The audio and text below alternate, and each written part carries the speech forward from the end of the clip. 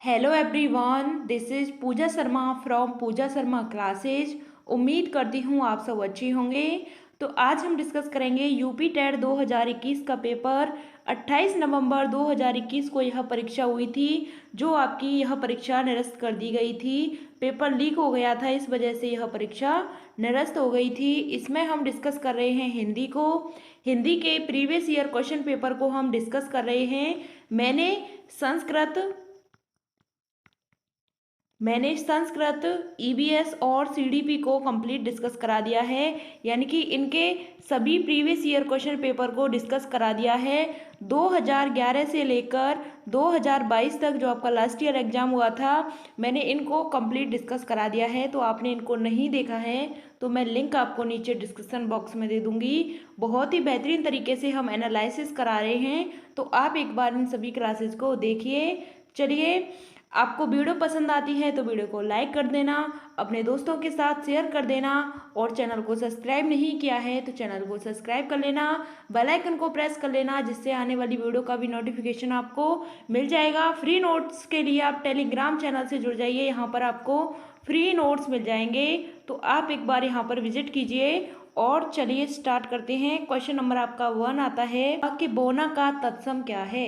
बोना का तत्सम बताना है क्या है। बापन है, बपन है, बामन है या फिर बान है। तो इसका राइट आंसर हो जाता है ऑप्शन नंबर 3, बोना का तत्सम रूप बामन हो जाता है। तत्सम की बात करते हैं तो तत्सम क्या होते हैं, यह संस्कृत के शब्द होते हैं। तत्सम कैसे होते हैं, संस्कृत के होते हैं। तद्भव की बात करते हैं तो यह संस्कृत से यह परिवर्तित हो जाते हैं हिंदी में। जैसे बात करते हैं, अग्नि आपका क्या हो जाता है, तत्सम हो जाता है। और तद्भव की बात कर लेते हैं तो इसका हिंदी में हो जाता है आग। इस तरीके से आपके तद्भव तत्सम बनते हैं। तत्सम वे होते हैं जो संस्कृत के होते हैं, और तद्भव वे होते हैं जो इनका संस्कृत से हिंदी में रूपांतरण हो जाता है। क्वेश्चन नंबर आपका सेकंड आता है कि धूमकेतु का पर्यायवाची क्या है। धूमकेतु का पर्यायवाची बताना है। असुरो है, अग्नि है, अश्व है या फिर आकाश है। तो धूमकेतु का पर्यायवाची हो जाता है अग्नि। धूमकेतु का पर्यायवाची क्या हो जाता है, अग्नि हो जाता है। क्वेश्चन नंबर आपका नेक्स्ट आता है कि इस गद्यांश को पढ़कर इसके उत्तर देने हैं कि आज विज्ञान मनुष्यों के हाथों में अद्भुत और अतुल्य शक्ति दे रहा है। इसका उपयोग एक व्यक्ति और समूह के उत्कर्ष और दूसरे व्यक्ति के समूह के गिराने में होता ही रहेगा। इसलिए हमें उस भावना को जागृत रखना चाहिए। उसे जागृत रखने के लिए कुछ ऐसे साधनों का भी हमारे हाथ में रखना होगा जो उस अहिंसात्मक त्याग भावना का प्रोत्साहित करें और भोग भावना को दबाए रखें। नैतिक अंकुश के बिना शक्ति मानव के लिए हितकारी नहीं होती है। तो आपको यह गद्यांश दिया रहा है, तो इसमें आपको बताना है कि उपर्युक्त पंक्ति में से मनुष्य के हाथों में अद्भुत और अतुल्य शक्ति दे रहा है। तो कौन मनुष्य के हाथों में अद्भुत और अतुल्य शक्ति दे रहा है, विज्ञान, साहित्य, वाणिज्य या फिर कला। तो आपको यहाँ से आपका आंसर मिलता है कि अद्भुत और अतुल्य शक्ति दे रहा है। तो कौन दे रहा है, विज्ञान मनुष्यों के हाथों में अद्भुत और अतुल्य शक्ति दे रहा है। तो यहाँ पर आपको आंसर मिल गया विज्ञान। तो चलिए, यहाँ पर ऑप्शन नंबर 1 इसका सही हो जाता है कि अद्भुत और अतुल्य शक्ति कौन दे रहा है, मानव के हाथों में विज्ञान दे रही है, साइंस दे रही है। क्वेश्चन नंबर आपका नेक्स्ट आता है, कफन कहानी के लेखक हैं प्रेमचंद हैं, जयशंकर प्रसाद हैं, चंद्रधर शर्मा गुलेरी हैं या फिर राजेंद्र यादव हैं।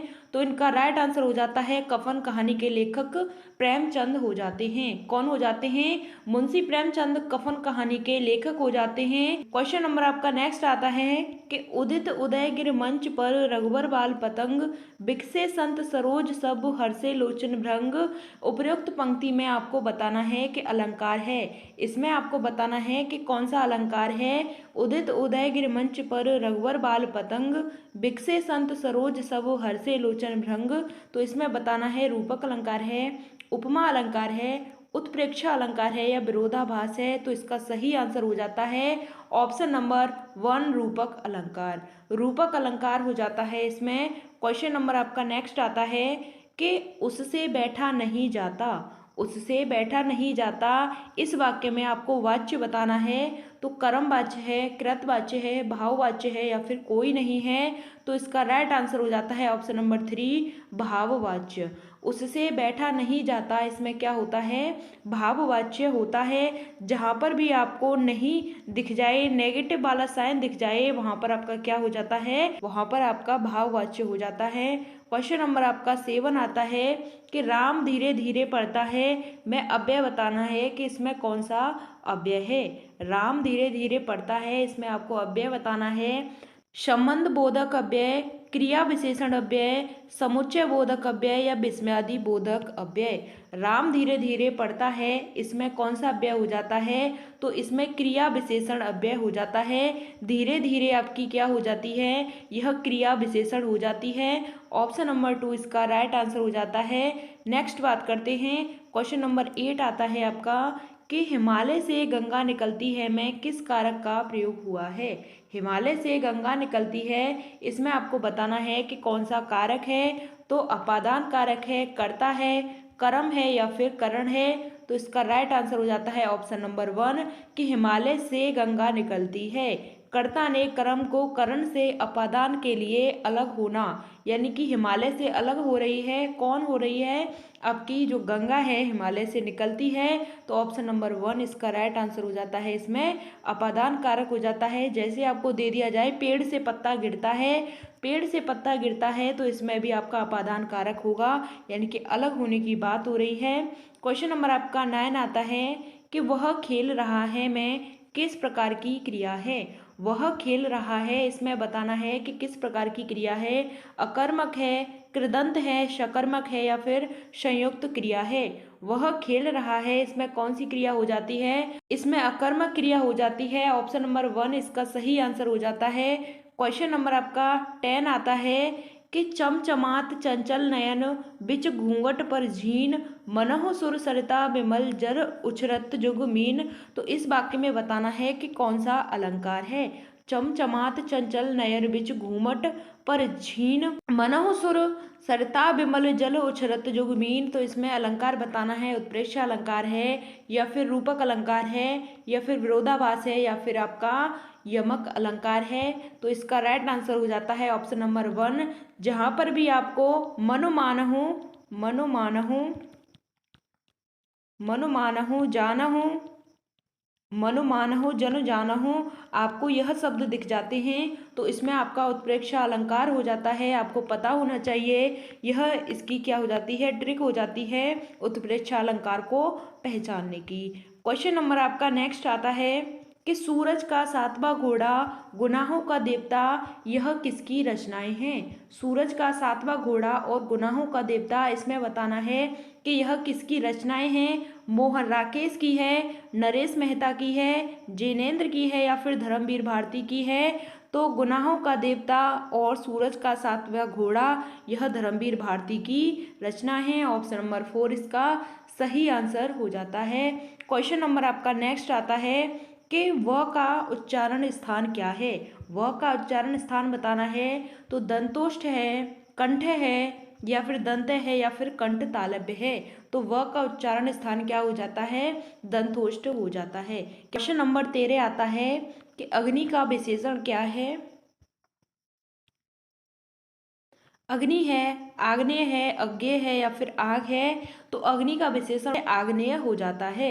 अग्नि का विशेषण आग्नेय हो जाता है। ऑप्शन नंबर 2 इसका सही आंसर है। क्वेश्चन नंबर आपका 14 आता है कि तेजाब में कौन सी संज्ञा है। तेजाब में आपको बताना है कि इसमें कौन सी संज्ञा है।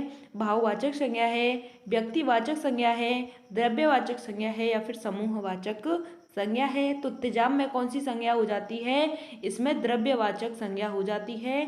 द्रव्यवाचक संज्ञा की बात करते हैं तो दूध में भी क्या हो जाती है, द्रव्यवाचक। पानी में द्रव्यवाचक, जो आपकी द्रव्य की फॉर्म में है वह आपकी क्या हो जाती हैं, द्रव्यवाचक संज्ञा हो जाती हैं। क्वेश्चन नंबर आपका नेक्स्ट आता है कि नाव जल में तैरती है में कौन सा कारक है। नाव जल में तैरती है, इसमें बताना है कि कौन सा कारक हो जाता है। संप्रदान कारक है, संबंध कारक है, करण कारक है या फिर अधिकरण कारक है।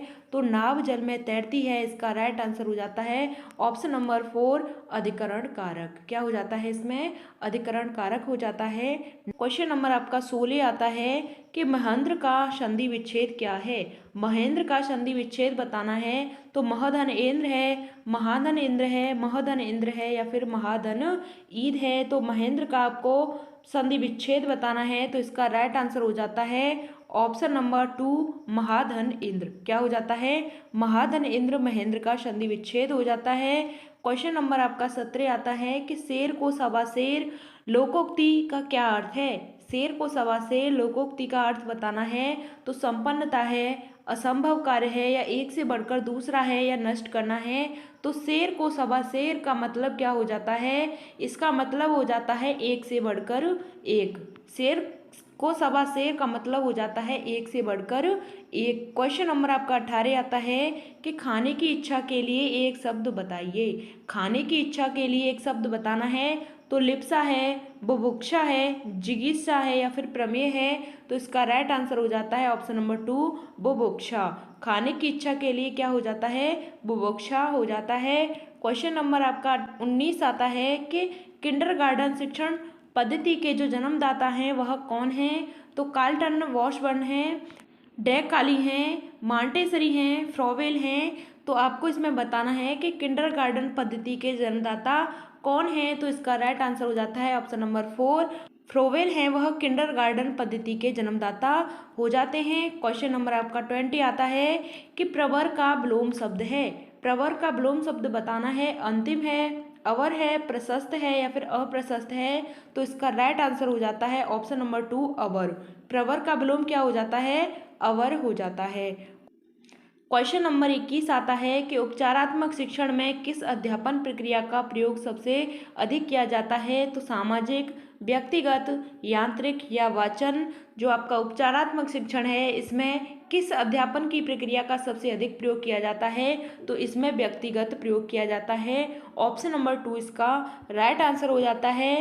क्वेश्चन नंबर 22 आता है कि सखी पिया को जो न देखूं तो कैसे काटूं अंधेरी रतियां, यह किस कवि की काव्य पंक्तियां हैं। कि सखी पिया को जो न देखूं तो कैसे काटूं रतियां। तो दाऊद की हैं, अमीर खुसरो की हैं या कुटबन की हैं या विद्यापति की हैं। तो इनका राइट आंसर हो जाता है ऑप्शन नंबर 2 यह अमीर खुसरो की हैं। किसकी हैं? यह अमीर खुसरो की यह काव्य पंक्तियां हैं। क्वेश्चन नंबर आपका 23 आ जाता है कि जूठन आत्मकथा के लेखक हैं। जूठन आत्मकथा के लेखक कौन हो जाते हैं। तो तुलसीदास हैं, केवल भारती हैं, ओम प्रकाश वाल्मीकि हैं या फिर विद्यापति हैं। तो जूठन आत्मकथा के लेखक कौन हो जाते हैं। तो ओम प्रकाश वाल्मीकि इसके लेखक हो जाते हैं इस आत्मकथा के। क्वेश्चन नंबर आपका 24 आ जाता है कि सब्ज बाग दिखलाना मुहावरे का अर्थ है। सब्ज बाग दिखलाना, इसमें मुहावरे का अर्थ क्या हो जाता है। धुन लग जाना, विस्तृत अनुभव होना, पीछा छुड़ाना या अच्छी बातें कह कह कर बहकाना। तो सब्ज बाग दिखलाना इसका अर्थ हो जाता है कि अच्छी बातें कहकर बहकाना। क्या हो जाता है? सब्ज बाग दिखलाना का मतलब मुहावरे का अर्थ हो जाता है कि अच्छी बातें कहकर बहकाना। क्वेश्चन नंबर 25 आता है कि जब कर्ता एक क्रिया समाप्त करके दूसरी क्रिया में संलग्न होता है तो पहली क्रिया क्या कहलाती है। जब कर्ता एक क्रिया को समाप्त करके दूसरी क्रिया में संलग्न होता है तो पहली क्रिया क्या कहलाती है। इच्छा बोधक क्रिया कहलाती है, नाम बोधक क्रिया कहलाती है, पूर्वकालिक क्रिया कहलाती है या फिर सहायक क्रिया कहलाती है। तो इसका राइट आंसर हो जाता है पूर्वकालिक क्रिया कहलाती है। जो आप एक काम को समाप्त करके दूसरी क्रिया को करते हैं तो वह क्या हो जाती है? पूर्वकालिक क्रिया हो जाती है। ऑप्शन नंबर 3 इसका राइट आंसर हो जाता है।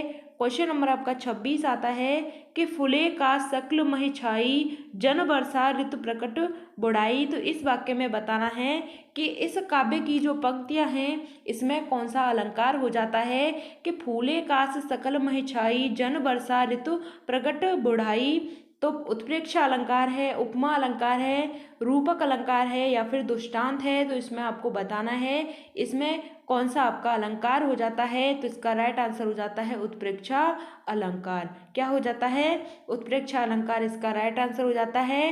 क्वेश्चन नंबर आपका 27 आता है कि घर पहाड़ और नदी किस संज्ञा के भेद के अंतर्गत आएगा।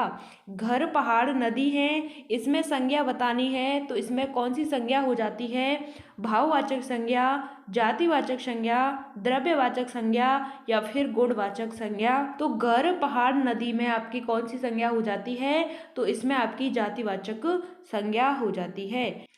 क्वेश्चन नंबर 28 आता है कि उसने कुछ नहीं खाया में कुछ किस सर्वनाम का बोधक है। उसने कुछ नहीं खाया, तो इसमें पूछा है कि कुछ है यह किस सर्वनाम के अंतर्गत आता है।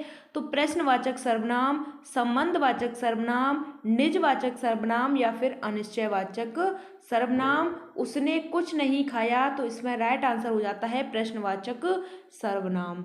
ऑप्शन नंबर 1 इसका राइट आंसर हो जाता है। क्वेश्चन नंबर 29 आता है कि निगमन प्रणाली का प्रयोग किस प्रकार के शिक्षण में होता है। निगमन प्रणाली का प्रयोग किस प्रकार के शिक्षण में होता है? तो व्याकरण शिक्षण प्रणाली में होता है, खेल शिक्षण प्रणाली में होता है, कंप्यूटर शिक्षण प्रणाली में होता है या गद्य शिक्षण प्रणाली में होता है। तो निगमन प्रणाली का प्रयोग व्याकरण शिक्षण प्रणाली में होता है। ऑप्शन नंबर 1 इसका सही आंसर हो जाता है। क्वेश्चन नंबर आपका 30 आता है, लास्ट क्वेश्चन है आपका कि आपका तत्सम क्या है। आपका तत्सम बताना है कि आप में कौन सा तत्सम हो जाता है। तो निज हो जाता है, अपनापन हो जाता है, आत्मा हो जाता है या आत्मजा हो जाता है। सर्वनाम की बात करते तो इसमें सर्वनाम आपका क्या हो जाता? निज हो जाता। लेकिन आपसे तत्सम पूछा है, आपका तत्सम पूछा है तो आत्मा हो जाता है। ऑप्शन नंबर 3 इसका राइट आंसर हो जाता है कि आपका तत्सम क्या हो जाता है? आत्मा हो जाता है। यहाँ तक हमारे 30 क्वेश्चंस कंप्लीट होते हैं। मैंने यूपी टेट के सभी प्रीवियस ईयर पेपर को 2011 से लेकर जो आपका लास्ट ईयर एग्जाम हुआ था 2022 तक का, उन सभी को मैं डिस्कस करा रही हूँ। तो आप हमारे साथ जुड़ जाइए और अपनी तैयारी को बेहतर बनाइए। मैंने यूपी टेट की भी क्लासेस को चलाया है, तो आप उन क्लासेस को देखिए और अपनी तैयारी को बेहतर बनाइए। तो चलिए, आपको वीडियो पसंद आती है तो वीडियो को लाइक कर देना, अपने दोस्तों के साथ शेयर कर देना। चैनल को सब्सक्राइब नहीं किया है तो चैनल को सब्सक्राइब कर लेना, बेल आइकन को प्रेस कर लेना, जिससे आने वाली वीडियो का भी नोटिफिकेशन आपको मिल जाएगा। फ्री नोट्स के लिए आप टेलीग्राम चैनल से जुड़ जाइए, यहाँ पर आपको फ्री नोट्स मिल जाएंगे, तो आप यहाँ पर ज्वाइन हो जाइए। तो चलिए, मिलते हैं आपको आगे की नेक्स्ट वीडियो में। अगर आपका कोई भी डाउट होता है तो आप कमेंट के माध्यम से पूछ सकते हैं, हम आपको आपका आंसर ज़रूर करेंगे। तो चलिए, थैंक्स फॉर वॉचिंग। जय हिंद, वंदे मातरम।